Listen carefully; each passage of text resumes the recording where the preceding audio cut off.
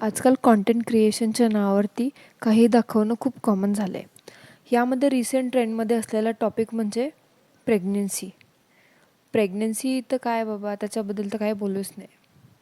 ह्या कॉन्टेंटसाठी ना हे व्लॉगर लोक एक टॅगलाईन यूज करतात.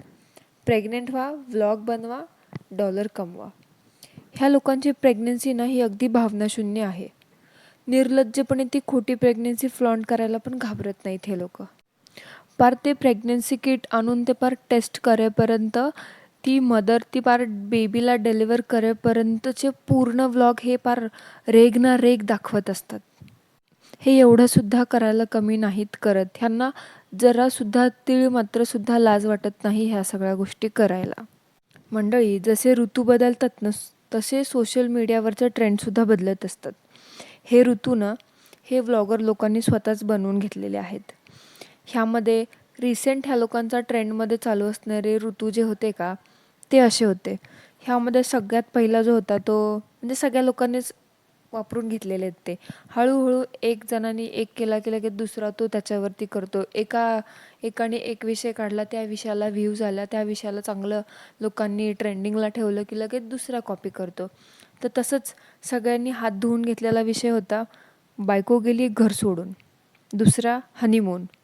असंच नवरा गेला घर सोडून, नवऱ्याने बायकोला मारायचं, बायकोने नवऱ्याला शिव्या घालायच्या, बायकोची बदनामी करायची, सोशल मीडियावरती बायकोला मारण्याचे व्हिडिओ बनवून टाकायचे, तिची बदनामी करायची, तिला काचकं कुचकं बोलायचं, तिची इज्जत काढायची, मरण्याचे प्रँक करायचे, चुम्माचाटीचे प्रँक करायचे. हे सगळं झालं तर एखाद्या दुसऱ्या यूट्यूबरशी, दुसऱ्या एखाद्या व्लॉगरशी भांडणं करायचं, रडणं भांडणं करणं, मेलेल्या माणसाच्या गोष्टीवरती सिंपती गोळा करणं, त्याचं मरण दाखवणं, त्याचं मरण रेकॉर्ड करणं, पर ते चिता जळेपर्यंत, राख रांगोळी होईपर्यंत सगळं रेकॉर्ड करायचं आणि ह्या सगळ्यावरती सिंपती गेन करायचं. हे या सगळ्या व्लॉगर्सचे एकापाठोपाठ येणारे कॉन्टेंट आहेत. अशाच प्रकारे अजून एक आलेला टॉपिक म्हणजे प्रेग्नन्सी, ज्यामुळे ह्या लोकांना लाखो व्ह्यूज, लाखो डॉलर्स कमवून दिलेले आहेत. त्याच्यामुळे तर हा टॉपिक एवढा ट्रेंडमध्ये आहे. म्हणून सध्या हा ट्रेंडमधला आहे यूट्यूबवरती, सोशल मीडियाचा. मी असं नाही म्हणत की सगळ्या प्रेग्नेंट वुमन आहेत सोशल मीडियावरती त्या सगळ्या खोट्या आहेत, त्या सगळ्या खोटी प्रेग्नन्सी फ्लॉन्ट करत आहेत. बट 10 मधल्या 8 जणी तर खोटंच बोलत आहेत. काही वेळा कुठे कुठे ही प्रेग्नन्सी खरीही असू शकते. मी ह्याच्यामध्ये काही हे नाही म्हणत आहे की बाबा सगळ्याजणी खोटं बोलतात, पण 100% मधल्या 80% तरी खोटंच बोलत आहेत. ह्यामध्ये खोट्या प्रेग्नन्सीचं प्रदर्शन मांडायचं, ढोंग करायचं, हे कितपत योग्य आहे? पण ह्या व्लॉगर्स लोकांनी ना लाज, शरम, हया, बंधनं, मर्यादा ह्या सगळ्या गोष्टींचं भानच राहिलेलं नाही आहेत. ह्या व्लॉगर्स लोकांसाठी हे सगळे शब्द एक्झिस्टच करत नाहीत. ह्या लोकांनी हे सगळे शब्द ह्यांच्या डिक्शनरीमधून पुसून टाकलेले आहेत.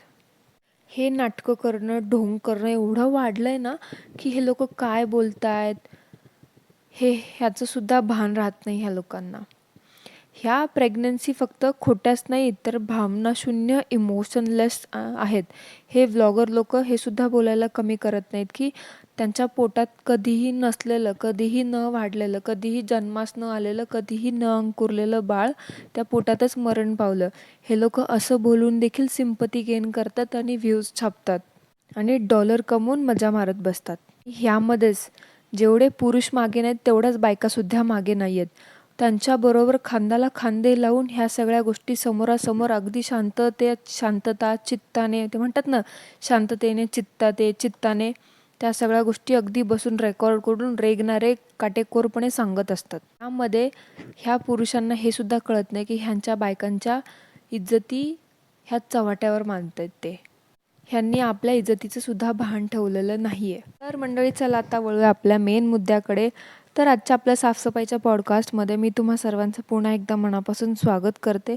चला तर मग चांगली कान उघडणी करूया सोशल मीडियावरती प्रेग्नन्सीचा खेळ खेळणाऱ्या, बाजार मांडणाऱ्या निर्लज्ज व्लॉगर्स लोकांची.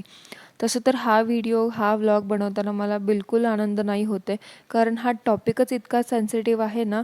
त्याच्यामुळं आता हे बोलताना सुद्धा मला एवढं खराब वाटते, एवढी वाईट, एवढी खराब म्हणजे असं एक्सप्रेस व्यक्त नाही करू शकत आहे मी, अशी फीलिंग येते आहे. तर ह्या लोकांना कसं काही नाही वाटत.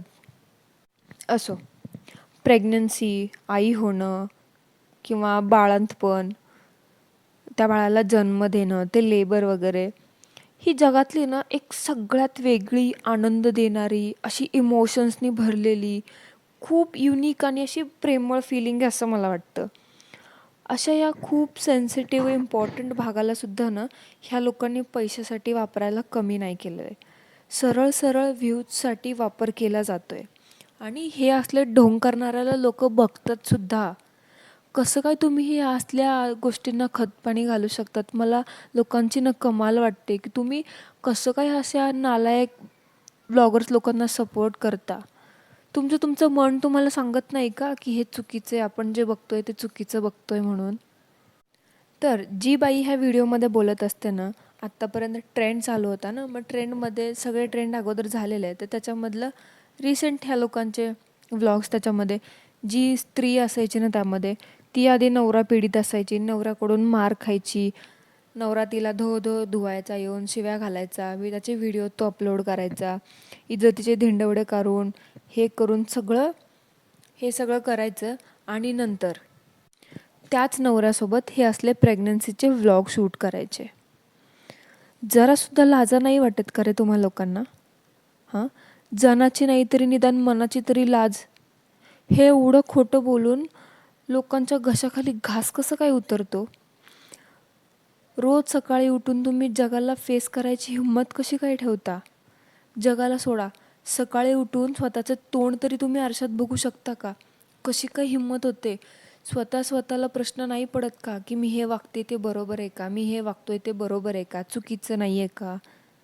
फक्त पुरुषच नाही म्हणत आहे की मी ह्याच्यात चुकीचे आहेत म्हणून, महिला पण तेवढंच सहभागी आहेत. कसं काय तुम्ही ह्या सगळ्या गोष्टींना, ह्या असल्या भामट्या कारभारामध्ये सपोर्ट करू शकता? का नवरा आहे म्हणून काहीही? जगाचं सोडावं, तुम्हा लोकांचे आईबाप कसं काय सहन करतात हा सगळा तमाशा? ते तुमच्या ह्या असल्या नालायक वागण्याला, ह्या असल्या तुच्छ नीच कृत्याला खतपाणी कसं काय घालतात? म्हणून तुम्ही लोक हे असे धंदे करत बसता. वेळोवेळी तुमच्या आईवडिलांनी आहे ना तुमच्या 2 कानाखाली वाजवून दिल्या असत्या ना, तर तुम्ही हे असं खालच्या पातळीला, असं नीच लेवलला, एवढा थर्ड क्लास ह्याला नसतात गेले. आणि मेन म्हणजे त्यांनी पण तेव्हा तुमच्याबद्दल विचार केला असता ना, तुम्हाला जन्म द्यायचा की नाही द्यायचा, तेव्हा ही अशी प्रजाती ना इथं घाण करायला आलीच नसती. मूर्ख, नीच, नालायक लोक आहात तुम्ही. तुमच्यासाठी ना बोलायला शब्द अपुरे पडतायत, एवढं तुम्ही थर्ड क्लास आणि खालच्या पातळीला गेला आहात. अरे, अशा सेन्सिटिव्ह विषयाबद्दल एवढं निर्लज्जपणे वागतात.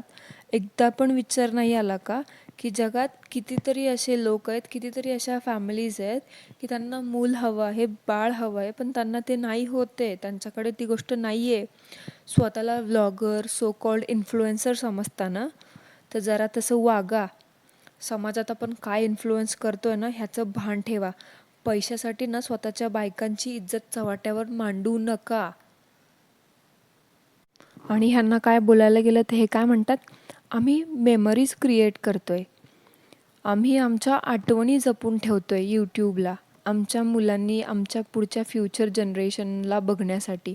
हे असलं बघून ना ते सुद्धा म्हणतील, आम्ही कोणाच्या खानदानात जन्म घेतला, आम्ही कोणाच्या पोटी जन्माला आलो.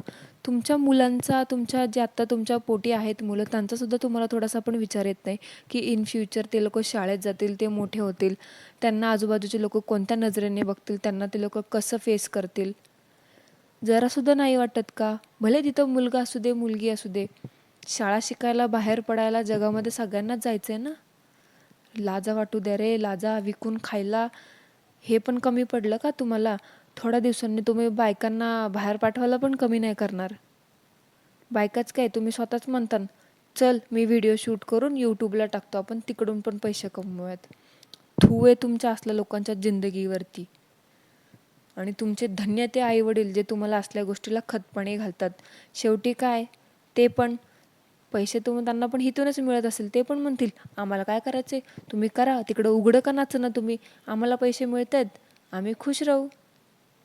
आणि ते सांगत पण नसतील कुणाला की तुम्ही त्यांचे सुपुत्र सुपुत्री आहात किंवा तुम्ही त्यांचे सून लेक जावई असलं कोणी असाल म्हणून. का सांगायचं त्यांनी? ते म्हणत असेल तुम्ही तुमची इज्जत घालवा, आम्हाला 4 घास खायला मिळतात, आम्ही त्याच्यातच सुखी आहे. शेवटी चांगलं सुखी आयुष्य कोणाला नको आहे. मग ते तुम्ही उघडं होऊन नाचलं ना, कसंही कमवा, चालेल, कोणालाही चालेल. मग त्यात तुमच्या आईवडिलांना बोलून तरी काय चुकीचं आहे? नीच लोक, तुमच्यासारख्या लोकांसाठी ना अक्षरशः शब्द कमी पडतायत. हलकट लोक आहात तुम्ही, हलकट. शी, तुमच्यासारख्या लोकांवरती ना बोलायला पण नको वाटतं. चला तर मग मंडळी, आजच्यासाठी एवढंच. हा पॉडकास्ट इथेच संपला असं मी जाहीर करते. भेटूया पुन्हा एकदा एका नवीन व्हिडिओमध्ये. तोपर्यंत अंधमंद बावळट भक्तांनो, डोळे उघडा. डोळ्याला एवढे भात बांधून बसू नका. हे असलं घाण थेरं बघण्याच्या ऐवजी ना तुमचा वेळ कुठेतरी वाया घाला. घरातली 4 भांडी धुतलीत ना तर खूप मदत होईल स्वतःच्या संसारासाठी, स्वतःसाठी. हे असलं बघून तुमच्या डोळ्यांना, तुमच्या मेंदूला ताण देऊ नका. अंधबंध बावळट भक्तांनो, कॉमेंटमध्ये नक्की सांगा मला व्हिडिओ कसा वाटला ते. तोपर्यंत लक्ष ठेवा आजूबाजूला, असं कोण अजून घाण करतंय ते. मी आहे इथेच. तोपर्यंत सगळ्यांनी काय करायचं ते करा. थँक्यू, धन्यवाद.